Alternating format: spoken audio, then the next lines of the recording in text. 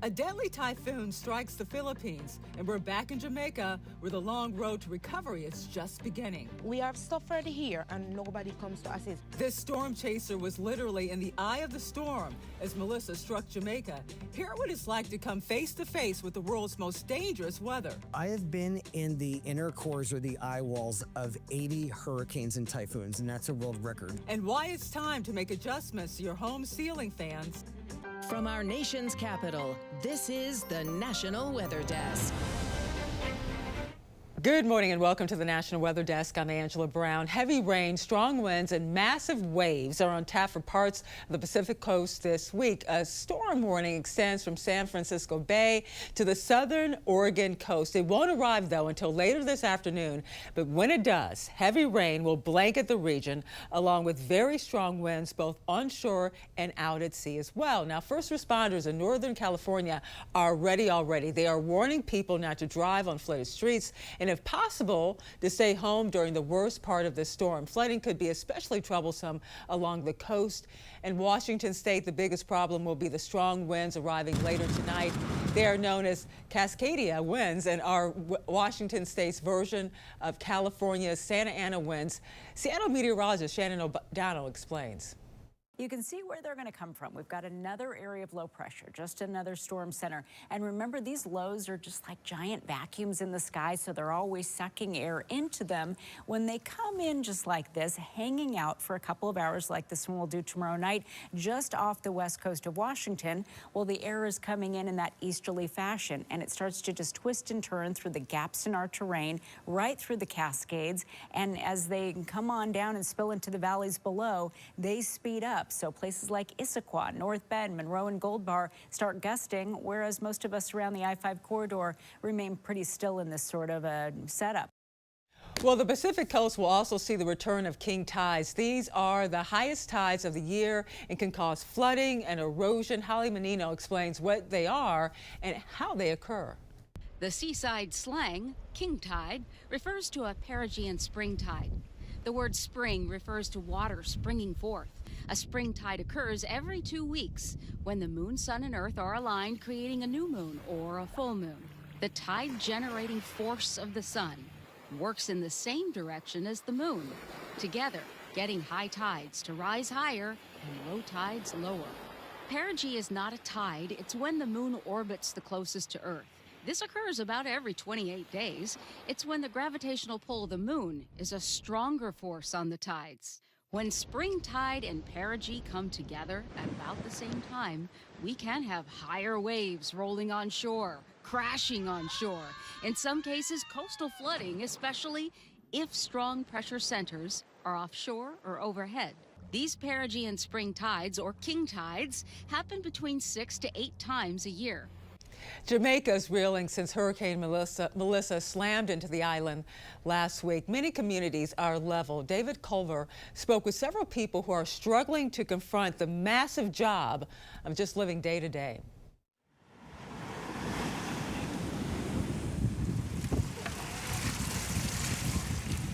We are catching some water because that's the only way we can get water. We are damaged here in Jamaica, real bad. Across much of western Jamaica, the storm has passed, but you feel it everywhere. Survival mode has kicked in. In here in Belmont, we are very distressed and we really need some help because you have persons who are very homeless and we don't really have any food supplies. This is where you live here? Now they're coming to terms with what's left, and for many here, it's not much. This was your bed? Yeah, I'm in my bed. Look at your bed mashed up. It's all mashed up, you're right. You're right. There's one here. This is one of our neighbor house also. Her house destroyed also. Everybody house in this community is very destroyed. We don't see nobody. And that I keep on wondering. We have suffered here and nobody comes to assist. You know how we even get some things like these? It's persons who are going around in vehicle and giving out a little portion of tokens. As one resident pointed out, even if a house is still standing because of concrete, most likely the windows were shattered and water got in, sand got in, furniture, clothes, all their belongings destroyed. I mean, it just continues. It's endless. I mean, you look up there and it just goes all the way up. Meantime, a powerful typhoon struck the Philippines today, flooding streets and leaving at least 26 people dead. A typhoon is the same as a hurricane, but is given that name in the West Pacific. The storm brought destructive winds and torrential rain in the Southeast Asian nation. Tens of thousands of people were evacuated in advance of that storm getting there. And now to Iowa, where farmers are taking stock of the corn harvest. Did it live up to early projections for record-breaking crops? Lauren Avenatti tells us what farmers are saying and how the weather impacted this year's results. Farmers across Iowa say the harvest turned out solid, just not the record breaker federal forecasters predicted. It wasn't, the great crop that the USDA was talking about, but it wasn't a bad crop also. Carmen says weather was one of the biggest obstacles, from strong storms to disease pressure throughout the season. A lot of our farms had seen, excessive rains, 2 or 3 inches in one storm. We had some hail, we had some wind. And then also, like you say, the southern rust had come in too. Experts say conditions were far from consistent, leaving big differences from one field to the next. We have not harvested devastatingly bad crop of corn by any means, but there's significant variability. There were some pretty large stressors that this crop had that we maybe didn't see over the last couple years as much. And while rain usually helps crops grow, too much of it caused trouble this time around. In the case where we're flooded and we have excessive moisture, the corn isn't able to get the nutrients and the oxygen and or water that it needs into that plant. And I think that was fairly problematic. For now, the combines are parked, the grain bins are full, and farmers are waiting to see if the final numbers line up with what they saw in their field.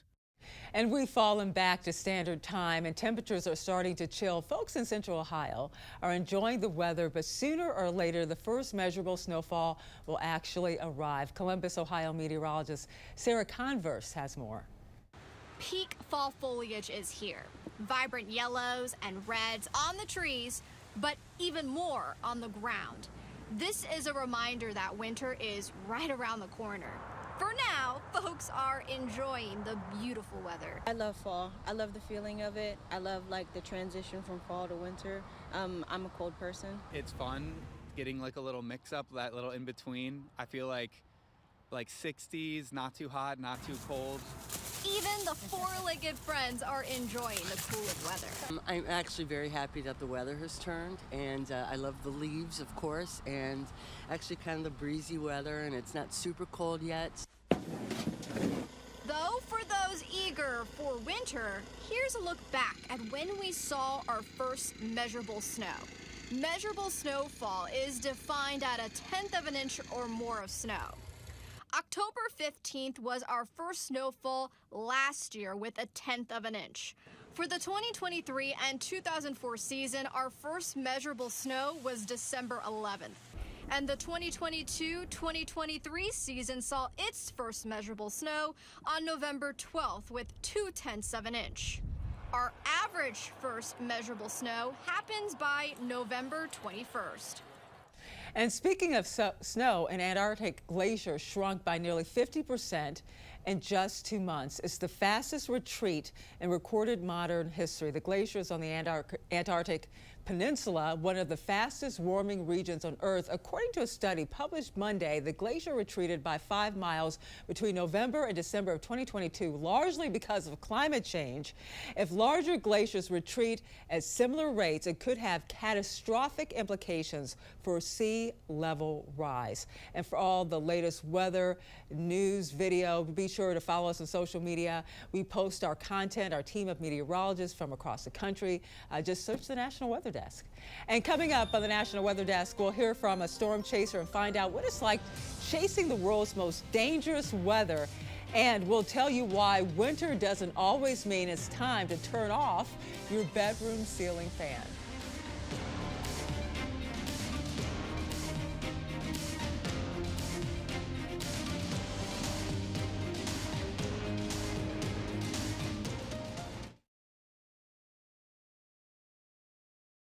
I'm meteorologist Ryan Munn. Let's get a look at the Northeast. Through your election day, we are looking at partly to mostly sunny skies throughout much of the Northeast. It will be on the windy side. We could be talking wind gusts upwards of 35 to 45, even 50 miles per hour in some parts of the Northeast. But then for the day on Wednesday, we're going to see another round of rain for much of especially northern parts of New England. And that system will slowly move on off towards the east. High temperatures topping out in the 50s. I'm Chief Meteorologist Gerard Jubaili. Here's a look at the Mid-Atlantic region. Looking dry as we move through the next few days. Temperatures will be fluctuating up and down, but no systems really to come through to bring much really measurable rainfall to the region. A couple of dry fronts rolling through. Tuesday's highs will eventually get to the low 60s, even some 50s as we look at Wednesday, though. Could be quite a bit warmer, mid to upper 60s, even closer to 70 degrees before we get another shot of cooler air on Thursday.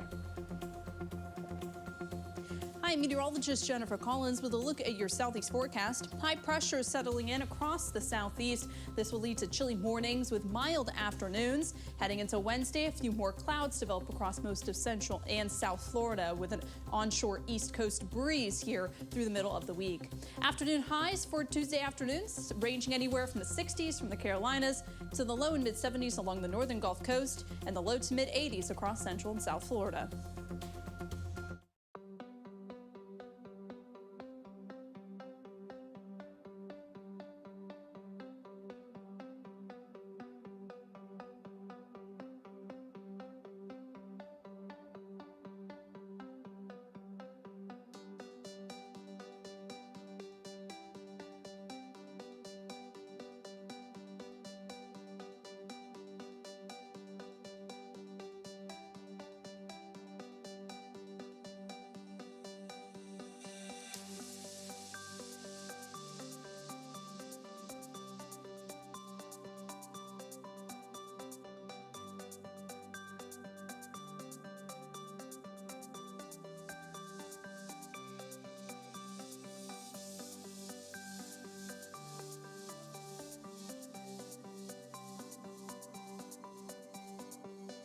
Weather Window, presented by the National Weather Desk. A viewer spotted this circumhorizontal arc in southwestern Virginia, also known as a fire rainbow. It forms when sunlight refracts through flat ice crystals in high-altitude cirrus clouds, and the sun is at least 58 degrees above the horizon. And it sure looks cold on Washington's Mount Rainier. Look carefully and you can see wind whipping up new snow on the summit. It is the snowiest place in the U.S. For more content like this, follow the National Weather Desk on Instagram. Well, there's a historic fishing village in northern Michigan called Fishtown. It's one of the last active commercial fishing districts on the Great Lakes. For decades, the local preservation society has restored and also protected it. And now that includes a house where weather plays a role. The village is located in Leland, Michigan, and that's where meteorologist Ethan Foreman is with us this morning.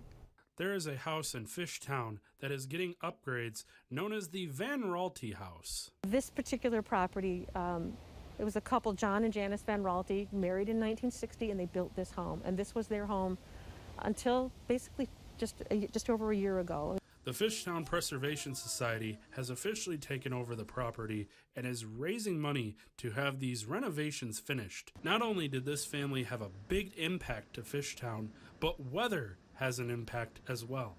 When we acquired the property, I realized that there were 2 weather stations here. And in the house as well as a monitor. Well, it turns out that John Van Raalte loved studying the weather.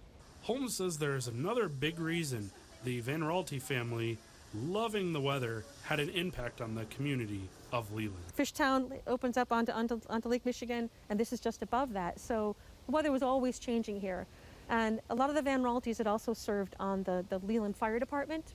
So being aware of what's going to go on and what's going to impact the safety of your community and also just enjoying it, we've inherited those weather stations. Holmes says the changing river levels and changing climate has made her more weather aware and hopes to help educate visitors. As we're developing up our plans down the road, we're going to add that element so that the public can kind of not just be on the shores of Lake Michigan, but kind of learn more about all that happens in terms of the weather.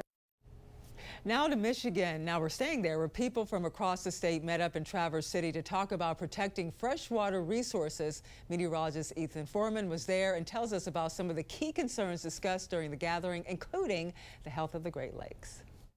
This is the 18th year that we've done this, and basically the intent of the conference is to bring people together, have researchers who come, folks who are doing great work to try to protect our freshwater resources. It's a day of networking. Chrisman says one of the big topics is the health of the Great Lakes. Some of the biggest issues that we have in terms of health on the Great Lakes, definitely climate change. That's a factor where we really don't know the impacts that that's going to have, and so we are trying to better understand how climate change might be impacting all aspects of the ecosystem. And those impacts can come from the amount of precipitation we get along with extreme temperatures. If we have really severe winters, we might actually have fish kills. If we have really warm winters, then the natural cycle of some of our organisms gets a little bit thrown off. Mark Breederland from the Michigan Sea Grant Extension says that low water levels like we are seeing this year can cause some big challenges. When lake levels are low, we have issues at boat launches, we have issues with the commercial shipping industry, how much they can actually put on the water inside each boat. So in a sense, the cost of shipping goes up when the lake levels are low. And then there is the ongoing fight against creatures we don't want in the Great Lakes. Invasive species is another major concern. When invasive species come in, they can completely alter an ecosystem, and they're nearly impossible to eradicate.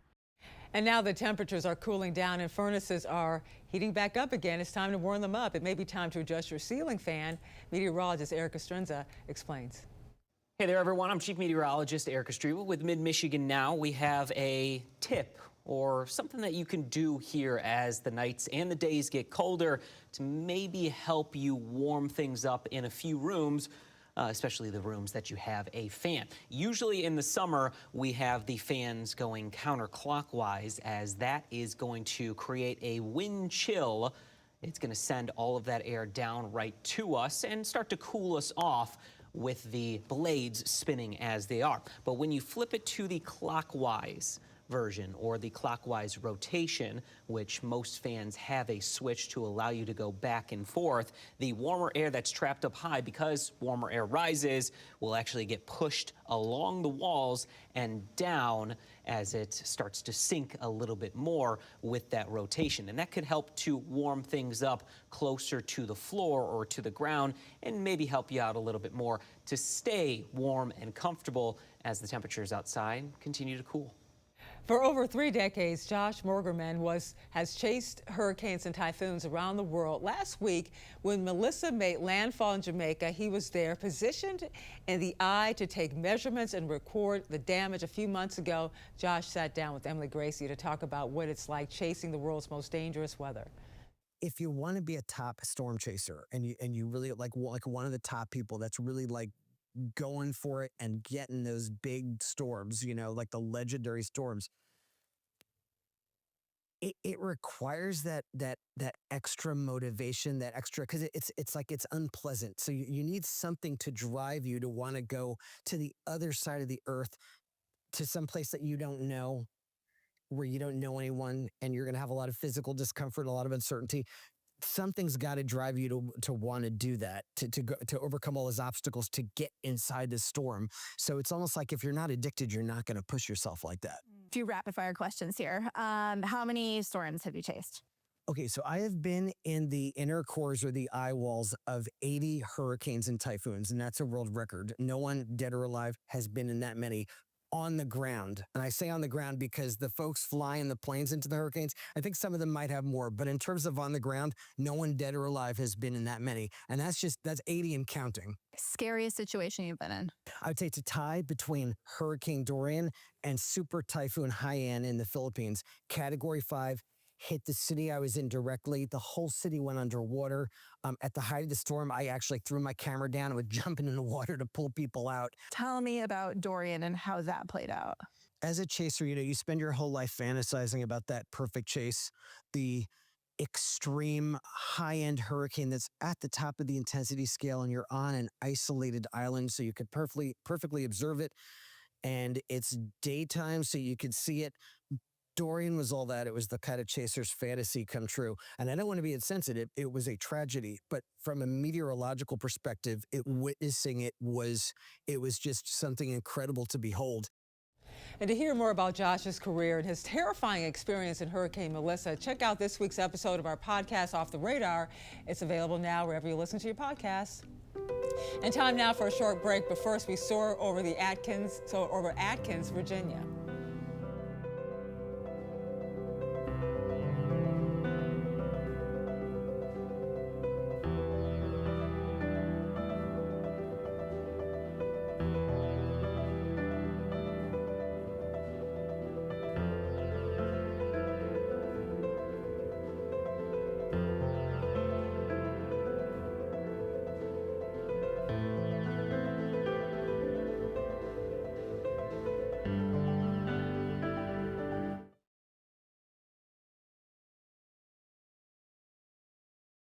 Good Tuesday morning, everyone. I'm meteorologist Andrew Buck-Michael. Most of the Midwest staying dry today. Might get a few light rain showers across the far northern plains, but for most of us, a lot of 60s and 70s and a few 50s there to the far north.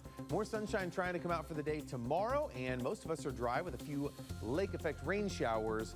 And by the time that we get to your Thursday, a few more clouds starting to move in, but still staying rather cool.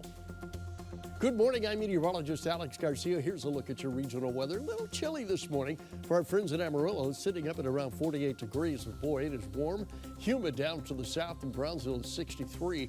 We've been watching another little system come out of the Rockies. Won't do much, just bring clouds back up into Amarillo. Otherwise, it should be another sunny and very warm afternoon. I'm meteorologist Alex Garcia, and that's a look at your regional weather.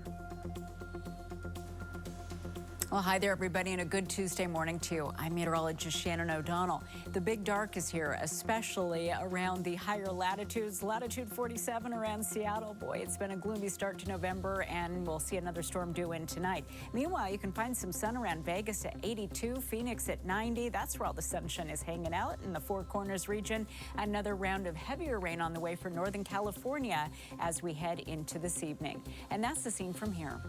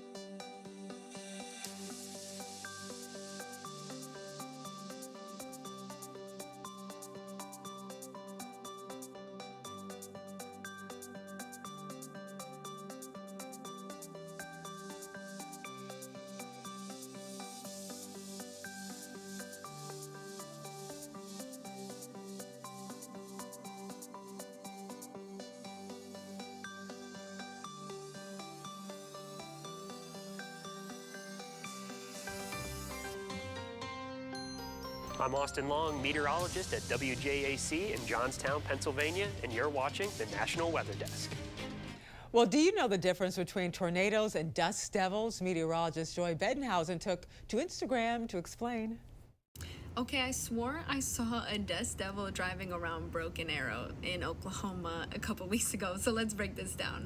To get a dust devil, you need a whole lot of sunshine to help heat up the ground surface. And when we get warm air, of course, it tends to rise and an area of low pressure will form right on the surface. With low pressure, area rises, so air will continue to flow towards the middle of that low pressure and essentially will flow around the low pressure in a counterclockwise motion, and that actually will begin to speed up.